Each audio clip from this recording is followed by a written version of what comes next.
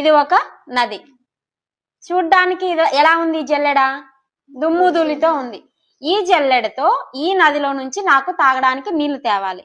పృథ్వీ కనుక నీళ్లు తెస్తే పృథ్వీ గెలిచినట్టు, తేలేదు అనుకో ఓడిపోయినట్టు. ఓకేనా? తీసుకురా పృథ్వీ.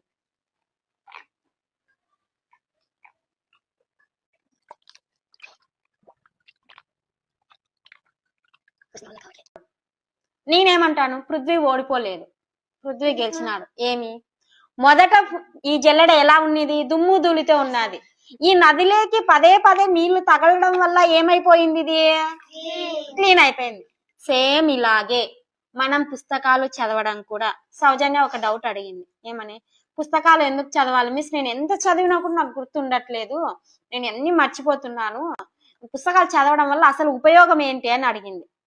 పుస్తకాలు చదవడం వల్ల మొదట దుమ్ము ధూళితో ఉన్న ఈ జల్లెడ లాంటి నీ జీవితం పదే పదే నీళ్లు తగడం వల్ల నీళ్లు జారిపోతున్నాయి కదా. అలాగే నీలో ఉన్న చెడు లక్షణాలన్నీ కూడా ఈ జల్లెల్లోని నీళ్ళలాగే జారిపోతాయి. ఓకేనా? అప్పుడు నీలో మంచి మాత్రమే, నీలో ఉన్న చెడు ఆలోచనలు పోయి మంచి ఆలోచనలు అనేది వస్తాయి. తో పాటు నీకు తెలియకుండానే నువ్వు ఒక ఉత్తమమైన వ్యక్తిగా తయారవుతావు. చదవడం అంటే కేవలం మెదడు నింపుకోవడం కాదు, మన వ్యక్తిత్వాన్ని, మన ఆత్మను శుద్ధి చేసుకోవడం, అర్థం చేసుకొని చదవాలి.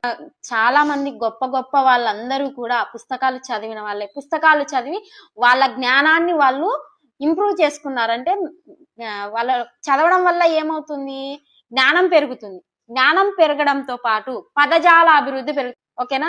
ఏకాగ్రత పెరుగుతుంది. నెక్స్ట్ ఏం జరుగుతుంది అని నీలో ఉన్న క్రియేటివిటీ బయటకు వస్తాడనమాట. నీలో క్రియేటర్ అనేవాడు ఒకడు ఉంటాడు, వాడు బయటకు వస్తాడు. వాడు బయటకు వచ్చి, ఆహా, సునీల్లో ఇంత టాలెంట్ ఉందా, పృథ్వీలో ఇంత టాలెంట్ ఉందా, ఎలాగైనా సరే వీళ్ళని ఒక మంచి స్థాయికి తీసుకెళ్ళాలి అని చెప్పి అప్పుడు బయటకు వచ్చి నీ మెదల్లో ఒక మూలను ఉంటుందన్నమాట, బంకమట్టి.